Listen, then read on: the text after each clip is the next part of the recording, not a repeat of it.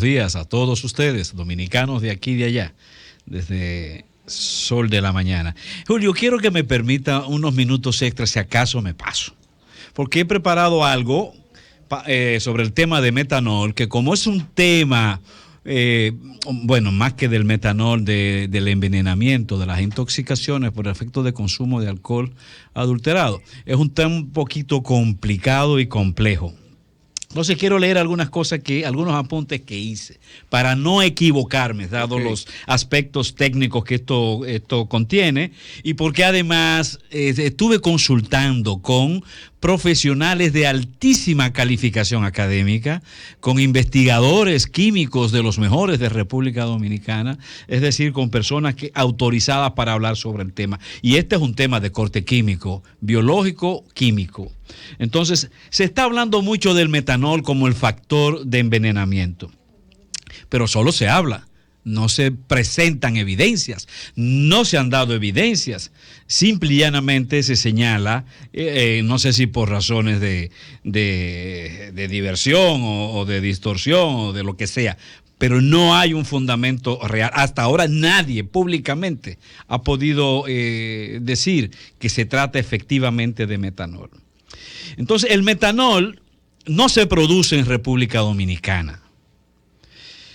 Según los expertos consultados, tampoco entienden que puede ser producto de la fermentación de madera, porque resultaría poco comercial. Se presume que todo el metanol usado es realmente importado. Aunque puede producirse metanol en la fermentación de distintos productos naturales, como jugo de caña, melaza, azúcar, se puede producir a través de fermentación. La fermentación de esto es rápida, tanto de un día como de 3 a 4 días. De esa fermentación sale un producto que se llama vino de caña, un primer producto bruto. Vino de caña o, ¿cómo se llama esto que se usa para fermentar la piña? El jugo que sale. Vaya, no me sale el nombre. Pero ese producto bruto se llama vino de caña procedente de esa fermentación. Procedente de esa fermentación. Pero la fermentación de vino de caña, para usted poder extraer el alcohol, necesita destilarlo. Y la destilación es un proceso que se hace mediante calor. Y en ese calor, pues resultan dos tipos de vapores. Y esto es importante, dos tipos de vapores. Un primer vapor en donde por tener un punto de ebullición menor, es decir, un punto de evaporación menor, entonces se concentran unos productos llamados cogenéricos. Esos productos congenéricos son los que concentran metanol, de ahí viene el metanol, de esa primera evaporación, formaldehído, que es un producto también altamente tóxico, y ésteres. Los ésteres lo usan para darle olor y sabor a el alcohol fermentado. La segunda producción de vapores en la misma fermentación, ¿no? En ese proceso de destilación, la segunda producción de vapor que viene después, inmediatamente después de la primera, es la que produce, es la que genera el alcohol etílico. Es decir, que es una segunda generación. Que es el que se usa en todas las bebidas espirituosas que conocemos. Estas bebidas de corte comercial que tenemos en los colmados y supermercados, y que además se produce en los patios, que se produce de manera manual. Esos congéneros, que al mismo tiempo se llaman cabeza, es de tan baja concentración, producen una concentración tan baja que no tienen el valor comercial real. Es muy poquito lo que se genera en esa primera evaporación. Por ejemplo, la concentración de metanol que se puede producir, nos informan los técnicos, es de apenas de un 1% o tal vez de 0.5%. Por ciento del total de la destilación. Según los especialistas, esa concentración no es fatal, no es letal, no puede ser letal, aún sea metanol. Dicen que es altamente improbable, y lo estoy citando, altamente improbable que el metanol por destilación provoque muerte. por ejemplo, de 5 galones de guarapo, ese es el término que había, el guarapo también guarapo. Se le dice a ese vino de caña. De 5... No, el guarapo. No, el guarapo es el producto de ese vino de caña, producto de la fermentación. Porque son dos procesos, fermentación y destilación. Entonces, de 5 galones de guarapo, en su primera destilación, porque puede haber más de una destilación de eso, en su primera destilación se producen de 2 a 3 litros de alcohol etílico al 50%. Óigame bien, de 5 galones de guarapo, de 2 a 3 litros de alcohol etílico. Mientras que por ese mismo proceso se produce apenas 5 mililitros de metanol. 5 mililitros son 5 cc. 5 cc. Una diferencia abismal. O sea que simple y llanamente el alcohol etílico es el rentable, no es el metanol. No es el exacto, no es el metílico. Entonces, comprado en el mercado, otro dato, comprado en el mercado, un galón de alcohol etílico al 95% cuesta más o menos 1,200 pesos. Mientras que el mismo galón de metanol cuesta alrededor de 5,000 pesos. Entonces, es decir, que no tiene sentido sustituir una cosa por otra. Claro que no. Acá se produce en mayor cantidad, es más barato. El que usamos ahora cuesta menos de 1,000 pesos. El derivado de petróleo. ¿Cuál es la gracia de producir o comprar metanol? ¿Cuál? Para venderlo justamente en botellitas más baratas. Eso no tiene sentido. El metanol solo se vende además en lugares especiales. No se vende en cualquier sitio. Que eso es importante para las autoridades, si acaso están pensando en metanol, pero yo creo que hay que comenzar a pensar en otras cosas. El metanol solo se vende en lugares especiales, mientras que el alcohol etílico tiene una venta libre.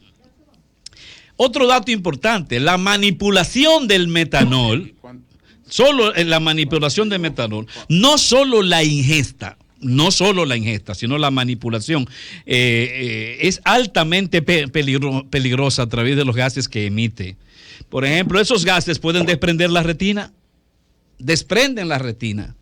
pueden provocar además daños al nervio óptico, causar desorden nervioso en el sistema neurológico y hasta provocar la muerte. Es una de las razones por las cuales ese tipo de sustancia, el metanol, ni siquiera se está usando en los laboratorios universitarios. Es decir, es de muy poco uso, aunque pudiera, pero es muy riesgoso. Realmente provoca demasiado daño. Este metanol, Julio, tú sabes que se usa también como combustible de motores de vehículos, incluyendo los motores de carros de carrera. Es tan fuerte, es tan altamente concentrado que sirve para la combustión de motores. Entonces, no se puede descartar. Y si descartan el metanol, ¿qué materia prima están utilizando? Bueno, ahí para vamos. Adulterar? Nos dicen estos expertos que lo que puede estar ocurriendo es que se esté adulterando alcoholes con otras sustancias, incluso con otros alcoholes.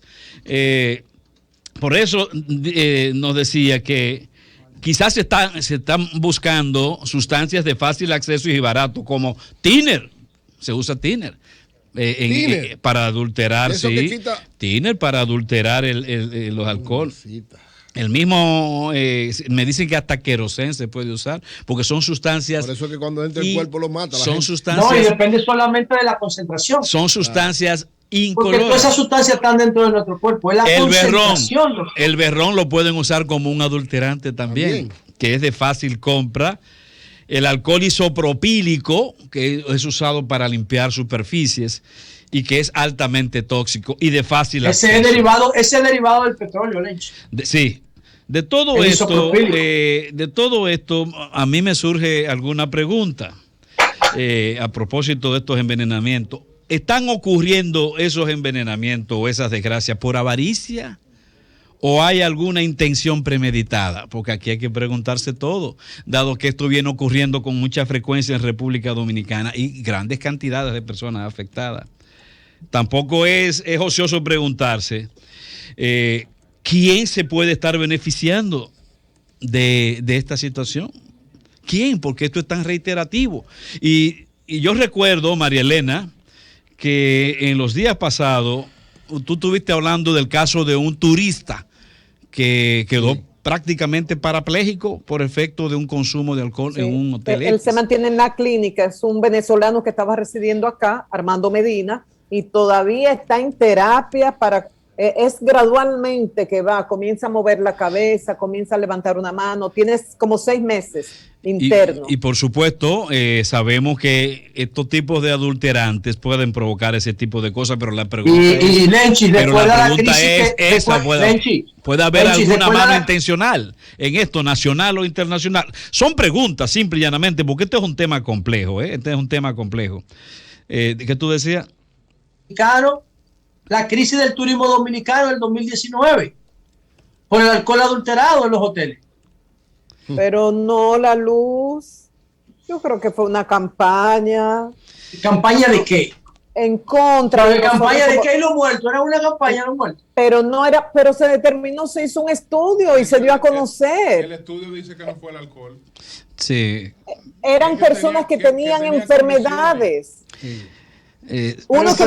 Pero esos alcoholes que se usan a veces en ciertos sitios son muy poderosos. De verdad. ¿Dónde está el informe? ¿Dónde está? Enséñamelo. Pero se dio a conocer. Búscalo. Se dio no, señor. Bueno, ahí lo que nosotros necesitamos que... para sacarnos de un lío. ¿Qué es?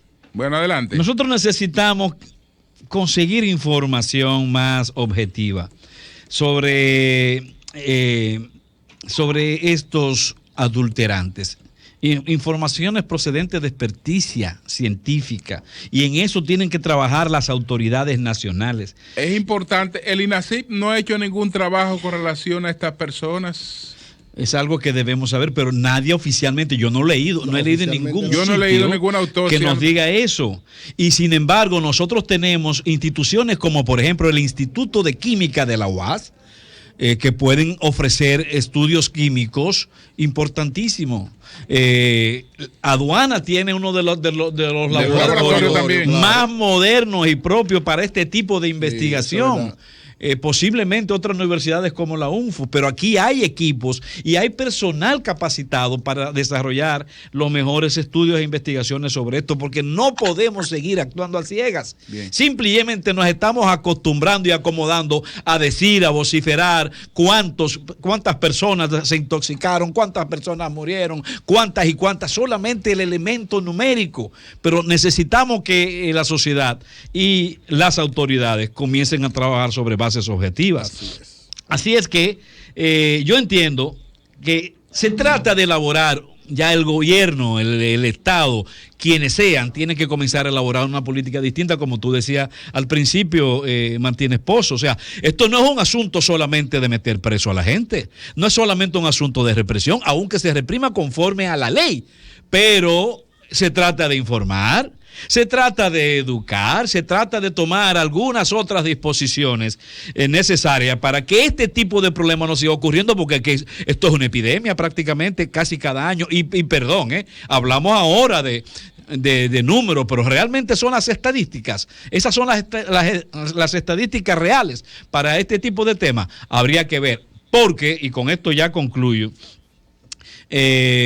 este fenómeno de la preparación de bebidas alcohólicas de manera informal en los patios, en empresas, en microempresas pequeñas, no es de ahora, es un asunto nacional. Y ese hecho de Barahona, perfecto, ocurrió, pero todos sabemos que en todos los campos de este país, en todos, la principal fuente el principal alcohol que se vende en los colmados, en los pequeños negocios, es alcohol producido artesanalmente, es así, y eso es permanente. Entonces vamos a educar, vamos a tomar otro tipo de disposiciones de políticas que nos ayuden a confrontar esto, que provoca mucho dolor en la familia dominicana y mucha pérdida en la sociedad. Mientras tanto, el Ministerio de Salud, y ya termino, Julio, el Ministerio de Salud que habilite o que vaya pensando en los antídotos,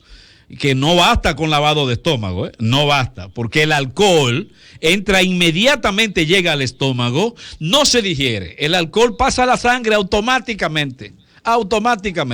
Si bien es bueno el lavado de estómago, no es suficiente. Entonces, salud pública, ir pensando en un protocolo para este tipo, atender este tipo de casos en los hospitales, porque ya no es un caso casual.